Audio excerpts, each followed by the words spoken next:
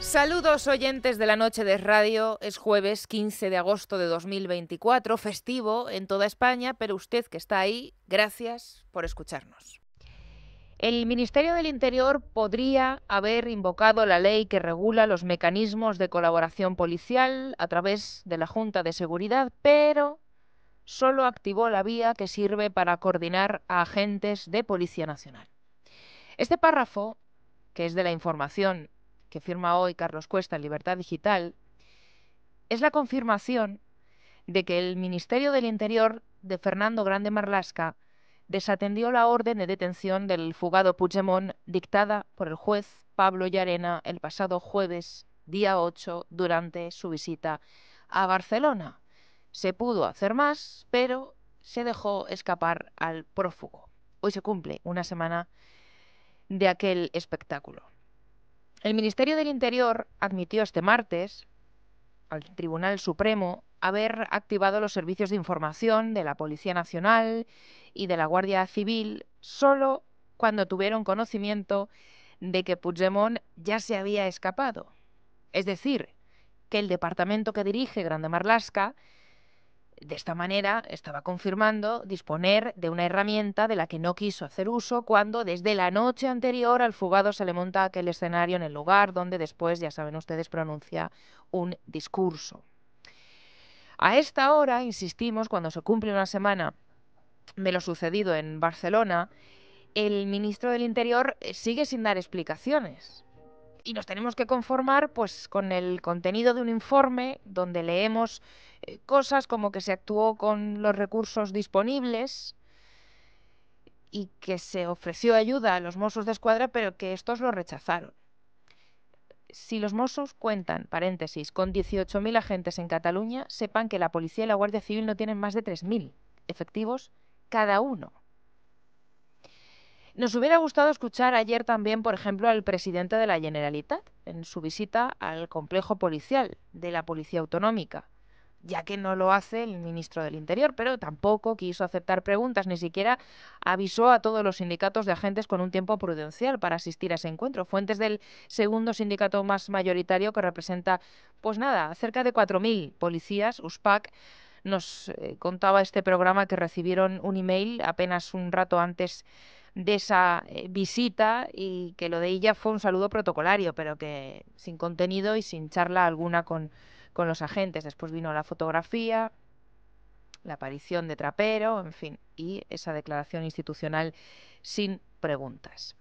Borja Medina, muy buenas tardes. Muy buenas tardes. Esta noche vamos a tener, por cierto, a Carlos Cuesta en nuestra tertulia. Nos podrá aportar todas las claves de una información que, como decimos, vendría a confirmar las sospechas de que la fuga de Puigdemont, si alguien todavía las tenía, el pasado jueves fue consentida. Y es que el gobierno de Pedro Sánchez, según publica Carlos Cuesta en Libertad Digital, utilizó un subterfugio legal para derivar toda la responsabilidad de la huida del líder de Junts en los Mossos d'Esquadra. El Ministerio del Interior, ante la gravedad del caso, podría haber invocado la ley que regula los mecanismos de colaboración policial a través de la Junta de Seguridad para activar los medios máximos a la Policía Nacional y a la Guardia Civil, pero no lo hizo. Marlaska se limitó a emitir una comunicación de ofrecimiento de colaboración por medio de la mesa de coordinación.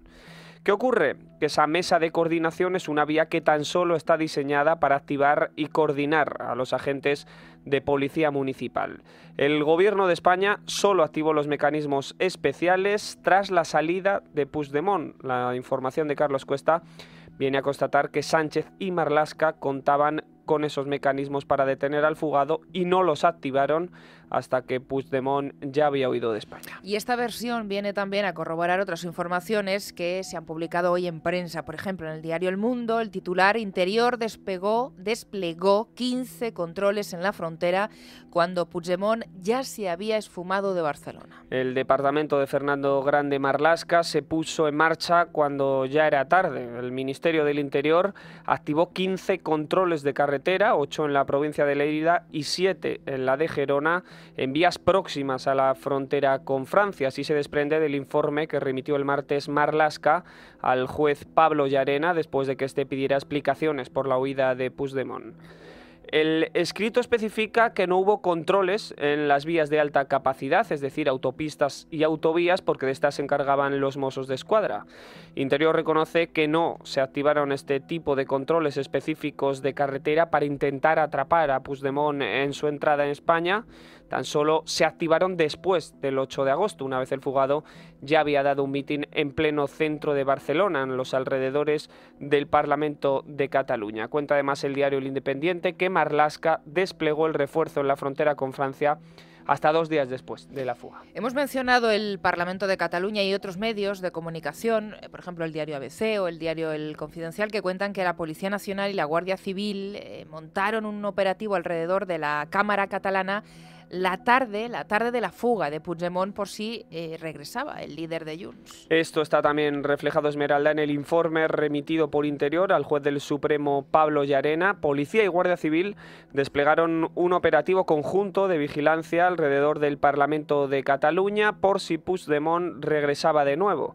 Este es un dato que el Ministerio del Interior no incluyó en el comunicado de prensa que emitió y que viene a confirmar dos cosas. La primera, que los agentes de la Policía Nacional y de la Guardia Civil estaban directamente concernidos, implicados en la detención de Puigdemont y que por tanto no era un asunto solo de los Mossos d'Esquadra como nos han intentado vender desde el gobierno. Y dos, que la reacción del Ministerio del Interior de Fernando Grande Marlaska fue tardía. Y a la pasividad de Interior se le suma la pasividad también de los Mossos d'Esquadra. Publica Voz Populi que la Policía Autonómica catalana tardó varias horas en informar a la policía de que Puigdemont se les había escapado. Cuenta este diario que los Mossos apenas compartieron información con la Policía Nacional una vez que fracasó la operación Jaula para detener a Puigdemont. Y la poca que compartieron, Esmeralda, llegó tarde. Los agentes de la policía fueron conociendo los datos de la huida del líder de Junts a través de los medios de comunicación. Los Mossos no les aportaron características físicas de los ocupantes del coche ni detalles que pudieran ayudar a su detención. Fuentes policiales le han dicho a Voz Populi que fue casi 2 horas después, ya sobre las 12 del mediodía, cuando avisaron a los miembros de la Unidad de Intervención Policial, la UIP, para que vigilaran los puntos de acceso a Cataluña. A pesar de eso, no se activó un dispositivo acorde a la detención de Puigdemont, ya que el peso de la operación fue desarrollado por los Mossos. Don Serafín Giraldo, inspector de Policía Nacional, portavoz de la Asociación H50. Muy buenas tardes, bienvenido. Hola, muy buenas tardes.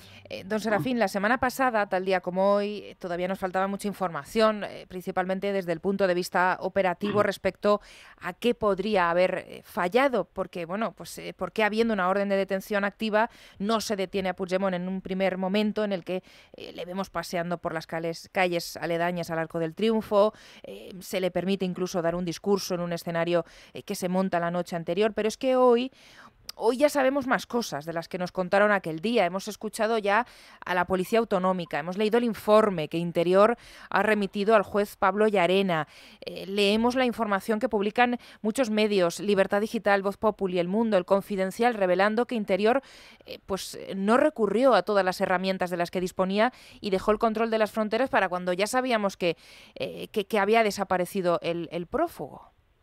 Correcto.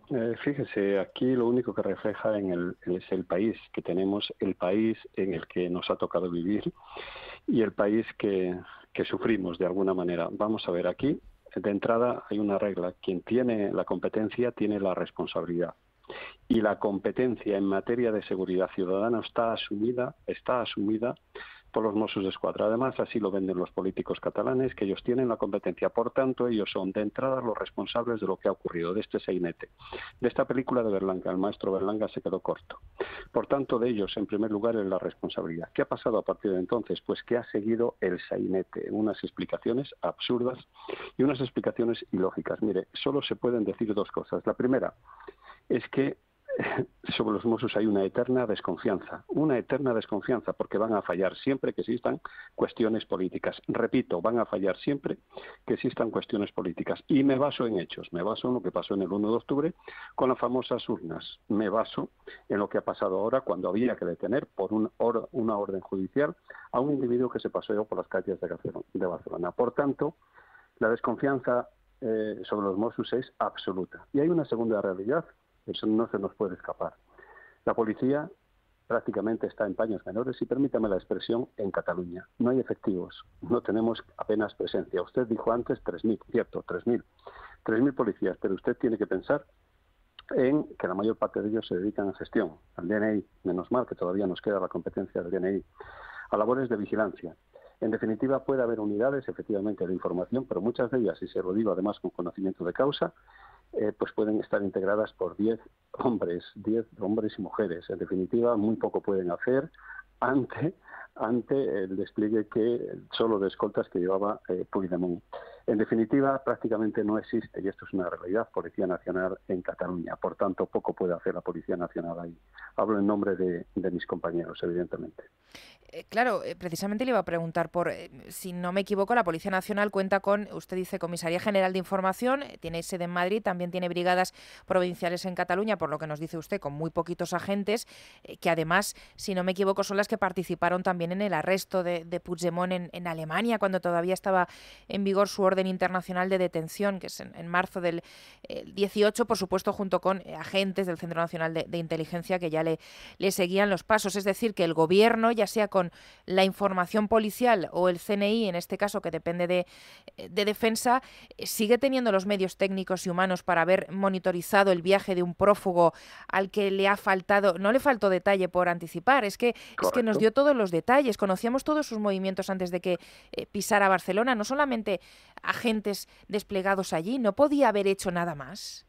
Correcto, si es que es grave, gravísimo lo que ha ocurrido, y eso no se lo voy a negar. El CNI, no solo es preciso el CNI, cualquier ciudadano, usted y yo sabíamos lo que podía hacer Puigdemont. ¿Cuál fue el problema? El despliegue que se hizo. Esto no fue un despliegue, esto no fue un dispositivo de seguridad, fue una chapuza, una auténtica chapuza. ¿Para qué? Yo no sé para qué hablan de un despliegue. Yo cuando escuché hablar a los políticos catalanes y a los altos mandos, la verdad es que me parece que vivo en otro país. Hablaban de una ley de amnistía que no venía a caso. Hay que detener a una persona porque existe una orden judicial. Vamos a analizar el operativo, el despliegue que hicieron los Mossos de Escuadra. ¿Por qué? Eso es cierto, fíjese usted. La Brigada de Información, unidades de información y de CNI tienen que dar cuenta a los Mossos de Escuadra. Ellos tienen que realizar el despliegue y en ese despliegue, evidentemente, tiene que existir un retén. ¿Qué significa ese retén? Que tenían que haber detenido a Puigdemont, que no hay excusa válida para detenerla. Había un punto cero en ese operativo policial. El punto cero, evidentemente, era algún acto que se estaba realizando y es la elección de un nuevo presidente de la Generalitat. Ese punto cero hay que controlarlo, hay que mantener la seguridad, pero también existen otras incidencias que pueden darse y una de ellas era, y eso lo sabía toda España, la posible llegada de Puigdemont. Por tanto, ese operativo, que por cierto es un documento escrito, es una chapuza. Ese operativo en realidad no existió. ¿Por qué? Porque ni siquiera había un retén, y se lo digo desde un punto de vista técnico. Un retén es cuando se produce una incidencia, tener 100, 200 hombres de los arros del Abrimo, conocidos como antidisturbios, para haber detenido a Puigdemont antes, durante o después del cachondeo que se produjo con ese mitin o especie de mitin. Yo no digo que lo detuvieran durante el mitin, pero sí, repito, antes o después del mitin. Eso era fácil, eso era sencillo y eso además era lógico. No valen excusas como se pusieron por parte de los políticos y los mandos catalanes. En este caso, el único que ha actuado en consecuencia, y espero que lo siga haciendo, es el juez. El juez ha pedido, lógicamente, yo lo dije antes, además, el mismo día que se produjeron estos hechos, está grabado, tenía que pedir responsabilidades y de hecho lo está haciendo, está pidiendo informes. Una vez que los tenga, tendrá que depurar las responsabilidades, pero yo empezaría por Mossos de Escuadra, no por Mossos a nivel operativo, sino por los directores del Mossos de Escuadra, todos los que salieron a hablar ese día. Los 3, 4 personas que salieron a hablar son los máximos responsables de que ese operativo no funcionara. Ahora bien, responsabilidad o posible responsabilidad de la Policía Nacional. Mire, yo no puedo pedir responsabilidades a quien no está allí. No se puede pedir responsabilidades a 10 personas, 12 personas que forman la Brigada de Información. No se pueden pedir responsabilidades, eso sí, a una unidad mermada de antidisturbios, porque prácticamente la Policía Nacional no existe en Cataluña, mermada de antidisturbios para realizar un trabajo que tienen que hacer los Mossos de Escuadra. Es que vivimos en este país. Yo no sé si por gracia o por desgracia vivimos en este país. No podemos realizar labores de seguridad en Cataluña. Y es que esto es así además por ley. Son ellos los encargados de la seguridad. La Policía Nacional estamos a requerimiento. Si nos requieren, vamos. Si no nos requieren, no podemos ir. Que se tenga que excusar el Ministerio del Interior, evidentemente. evidentemente que se tiene que excusar y tiene que dar explicaciones, porque si fallan los Mossos tiene que aparecer el ministro de Interior, pero tampoco tiene efectivos, eso se lo garantizo. Claro, es que usted ha dado, yo creo que la gran frase, ¿no? Que es no se pueden pedir responsabilidades a quienes no están, pero quienes no están no lo están precisamente porque hay alguien superior por encima, que en este caso es el ministro del Interior, que no permite que estén, que no permiten que haya más agentes disponibles en Cataluña. Correcto. Y que sigue sin dar la cara a día de hoy. Es que han pasado una semana. Pero hay que saber en el tipo de Estado en que vivimos. Fuimos expulsados prácticamente del País Vasco, hablo de la Policía Nacional y de la Guardia Civil, y ahora pues de Cataluña. Es que hay que saber en el país en el que vivimos, y estas cosas pasan precisamente por vivir en este país, un país en el cual los Mossos están politizados, y esto no me duele en prenda decirlo. ¿Por qué? Porque se demostró el 1 de octubre y se vuelve a demostrar ahora. Déjenos trabajar a nosotros, pero es que nosotros no tenemos capacidad legal para actuar allí, no tenemos capacidad legal para actuar allí. Y lo que queda es testimonial, 3.000 policías, sí, 3.000 policías en toda Cataluña, repito, en toda Cataluña. A mí me preguntaron también en otra entrevista si estaban allí policías nacionales. Le dije, posiblemente la Brigada de Información estuviesen 2 o 3 policías nacionales. Si no es por una detención, hombre, 2 o 3 policías nacionales detener a toda esa fanfarria que llevaba con ellos, incluso de escoltas, me parece un poco pedir peras a un olmo, ¿no? Pero realmente ese es el panorama en seguridad que tenemos. Los Mossos de Escuadra ahora mismo en temas políticos, hablo de temas políticos, sí. Y hablo solo de la jefatura de los Mossos, no hablo de los Mossos de la calle. No son de confianza, no se puede confiar en ellos.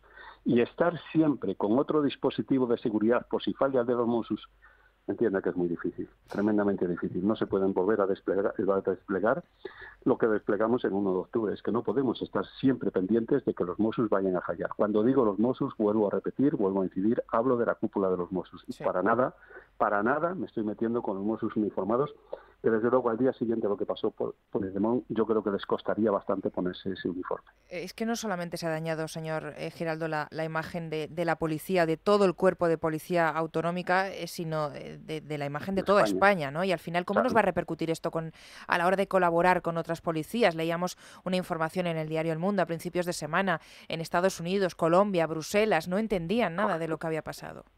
Pues no entienden, si para entenderlo hay que vivir en este país tan politizado y con una policía tan politizada como los Mossos. Y fíjese, incluso, lo más grave de todo esto ya no es ni siquiera que se escape prófugo, sí, tal cual.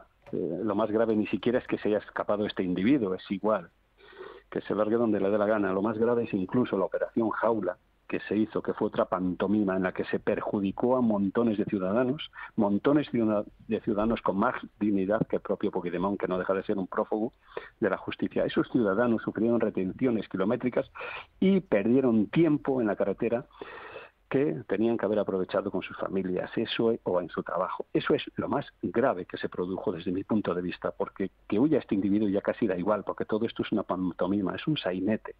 El problema real es el perjuicio que se causa a los ciudadanos y, en segundo término, lo que usted ha dicho, la imagen de España. Pero esto ya prácticamente estuvo deteriorado en el 1 de octubre y sigue estando deteriorado hasta ahora. Y sobre todo, ya por último, ¿qué le decimos a los ciudadanos que desconfían de la actuación de nuestros policías, que al final son las víctimas, ¿no? de todo esto?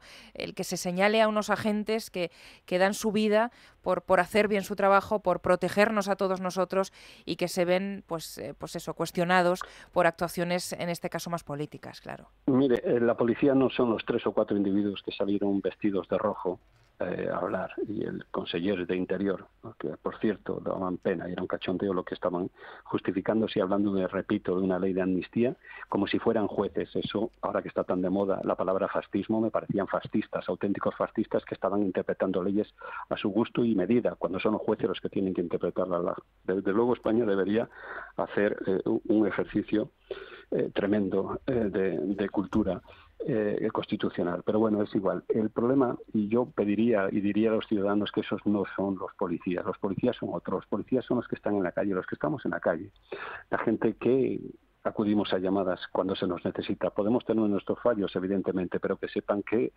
vamos donde se nos pide, donde se nos necesitan. Esa es la policía, y posiblemente de estos Mossos constitucionalistas haya muchísimos a los que por Dios no quisiera ofender. En este momento lo único que puedo pedir es el máximo apoyo para ellos, porque bastante tienen con sufrir a esos políticos como para que encima les señalemos. Eso es, pues desde luego agradecerles siempre su trabajo a nuestros agentes de Policía Nacional, de Guardia Civil, que siempre están ahí y que bueno, pues tenemos muchísimo que agradecerles, y que si ahora, pues en momentos tan complicados como este, se vean tan cuestionados, como también ocurrió en el 1 de octubre, como también ocurrió durante las protestas de la sentencia del Procés en 2019. Al final esto no es nuevo, y cada vez que sucede un episodio de este tipo, bueno, pues ustedes están ahí en el centro de la polémica, y no deja de ser injusto también ese señalamiento y ese cuestionamiento. Correcto, y se lo agradezco mucho que hayan tenido mis palabras, porque la verdad lo que pasa en España, el maestro Berlanga se quedó corto. Desde luego que sí, desde luego que sí. Bueno, pues don Serafín Giraldo, inspector de la Policía Nacional y portavoz de la asociación H50, por último, aprovechar, ¿usted cree que a lo largo de la semana que viene o de los próximos días, no sé si tiene algún tipo de información, pero vamos a saber algo del ministro del Interior? Pues posiblemente no, porque las cosas ahora en verano, las noticias en verano, desaparecen en septiembre. Parece que ustedes, los periodistas, también empiezan una nueva etapa. Y ahora también nos pilla la gente, otros nos pilla trabajando, pero la mayor parte de la gente está de vacaciones, y posiblemente dejen correr y vuelva a pasar lo que ha pasado, como usted muy bien ha dicho, el 1 de octubre, cuando fallaron los Mossos por temas políticos, cuando volvieron a fallar y seguirán fallando. Desde luego, la seguridad está muy mezclada en este país con la política, y eso es una pena. Pues Serafín Giraldo, muchísimas gracias como siempre por atender la llamada de este programa. Un abrazo grande. Buenas tardes. Un abrazo para ustedes y gracias. 8:23 de la tarde de este jueves 15 de agosto. Avanzamos. Carlos García, vicesecretario general del PP Vasco, concejal del PP en Durango. Muy buenas tardes también a usted, bienvenido. Hola, muy buenas tardes. ¿Y a usted qué le parece que 7 años después de dar un golpe en Cataluña, Puigdemont haya podido volver sin ninguna complicación, soltar un mitin y volver a marcharse sin ser detenido? Pues algo totalmente inaceptable e intolerable, pero que por desgracia nos tiene acostumbrados este gobierno a llegar a acuerdos totalmente infames, inaceptables e intolerables en una democracia, y en este caso es evidente que ha habido un acuerdo, un pacto entre el gobierno de España de Pedro Sánchez, el PSC, Esquerra, sus socios separatistas, pues para permitir, tolerar y mirar para otro lado que Puigdemont se salte de una forma inaceptable las leyes y las sentencias. Y es evidente que no lo reconocen y nos están tomando además a todos los españoles por estúpidos, justificando algo injustificable, y que es evidente que lo han acordado, lo han pactado y lo han tolerado. Y además están dejando caer la responsabilidad de nuestros ejemplares magníficos agentes de la autoridad, tanto Policía Nacional, Guardia Civil, agentes del CNE, incluso Mossos. En estos días se le ha ido un poquito la conexión, a ver si podemos recuperarla. En estos días su comunidad, señor García, el País Vasco, también ha colocado en el centro de la actualidad política, a propósito del pago pendiente de Pedro Sánchez al separatismo catalán a cambio de investir a Salvador Illa como presidente, y que es el asunto de la independencia fiscal en Cataluña. Desde su partido, desde el Partido Popular a nivel nacional, bueno, pues se ha anunciado esta misma semana una batería de mociones en todos los ayuntamientos, diputaciones, parlamentos contra el concierto económico en Cataluña. A estas alturas, pues es verdad, nos falta muchísima información sobre la letra pequeña de ese acuerdo con Esquerra, principalmente la fórmula del cálculo, pero bueno, al margen del marco regulatorio, que yo creo que aquí no es tanto donde está el problema, sí que todos sabemos o tenemos claro lo que significa otorgar o entregar esas herramientas a los socios independentistas para volver a hacer lo que quieren hacer, ¿no? Que al final es convertir la caja, las llaves de la caja, como ellos dicen, en una estructura más de Estado para declarar la independencia. Hemos escuchado muchas veces a dirigentes de Esquerra, de Junts, comparar sus deseos de conseguir ese cupo, bueno, pues comparándolo con el suyo, ¿no? Con el cupo vasco, con el de todos los ciudadanos vascos, con el de la comunidad vasca. No sé si tenemos al señor García en este momento. Sí, se nos ha ido un poquito la conexión. Señor García, no sé si ha podido escuchar usted la pregunta, pero estaba hablando del cupo vasco, ¿no? De la comparación que estos días estamos escuchando con la independencia fiscal a la que aspiran los separatistas catalanes y el pago pendiente ahora por parte de Pedro Sánchez a cambio de esa investidura en Cataluña. Pues sí, se trata una vez más de otra cesión a sus socios separatistas y ya sabemos pues que Pedro Sánchez está dispuesto a vender España a saldos con tal de permanecer una semana más en el poder. Es una desgracia ese acuerdo. Fíjese, más que por el modo, lo que pretenden reclamar, imitar el cupo, el sistema de financiación y de recaudación del País Vasco, porque rompe la solidaridad entre todos los españoles. Al final, el modo, la forma, el nombre que adquiera el pacto para que la Comunidad Autónoma de Cataluña contribuya a los gastos comunes de todos los españoles es lo de menos, el nombre o la forma. Lo que está evidente que lo que quieren es pagar menos y es algo inaceptable e intolerable porque está vulnerando y rompiendo la igualdad de todos los españoles y sobre todo un principio básico no solo de la Constitución sino de sentido común en cualquier estado y en cualquier nación del mundo y es la solidaridad entre los españoles. No puede ser que quienes más tengan sean los que menos contribuyan. Para que se hagan una idea, que Alemania quisiese contribuir a la Unión Europea como Bulgaria o recibir como Rumanía, cuando son los que más renta tienen, los que más ingresos tienen, los que más dinero tienen, pues sería algo totalmente insolidario y rompería la Unión Europea. Pues eso es un paso más de los separatistas y del nacionalismo y de su egoísmo al que ha cedido Pedro Sánchez pues en el camino que ellos quieren, que es el de romper la convivencia y la unidad de los españoles. Por lo tanto, nuestra valoración pues es totalmente negativa y esperemos que no se produzca porque en el Congreso de los Diputados tendrá que votarse esta cuestión y desde luego, por nuestra parte, desde el Partido Popular van a tener un rotundo no. Han pasado las elecciones gallegas, las vascas, las catalanas, las europeas y a la vuelta del verano, hombre, pues quedan pendientes muchos de los pagos prometidos por parte de Pedro Sánchez a sus socios nacionalistas, proetarras, independentistas. De hecho, recordar cómo en la última sesión de control Junts y también Bildu utilizan su interpelación al presidente para pedirle que concrete sus planes para la nueva fase de la legislatura, lo que viene ahora a partir de septiembre. ¿Qué espera usted de este inicio de nuevo curso? Pues mira, nosotros nos tiene muy preocupados uno de los pactos que todos sabemos a los que ha llegado Pedro Sánchez y que permanece oculto, permanece secreto, y es el que tiene con el terrorista Otegi, el dirigente máximo de la organización Bildu, que como todos sabemos apoya a Pedro Sánchez, pero no lo hace gratis et amore, lo hace a cambio de concesiones, como hemos podido ir viendo durante los últimos tiempos tan infames como el traspaso de las cárceles, como soltar a los terroristas a la calle, como mirar para otro lado ante homenajes y todo tipo de enaltecimientos y de apoyos a los terroristas asesinos de ETA.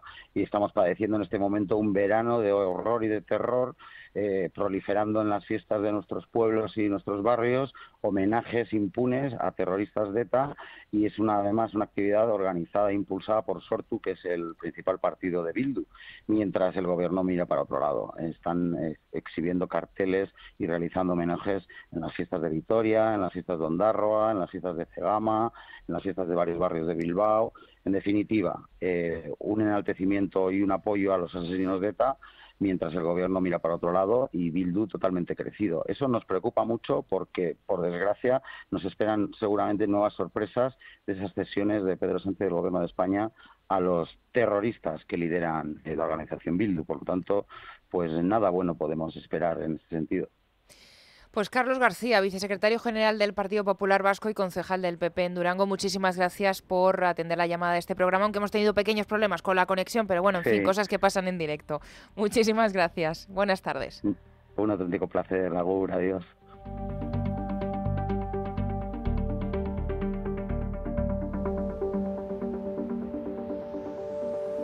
La noche de Dieter es radio, con Esmeralda Ruiz.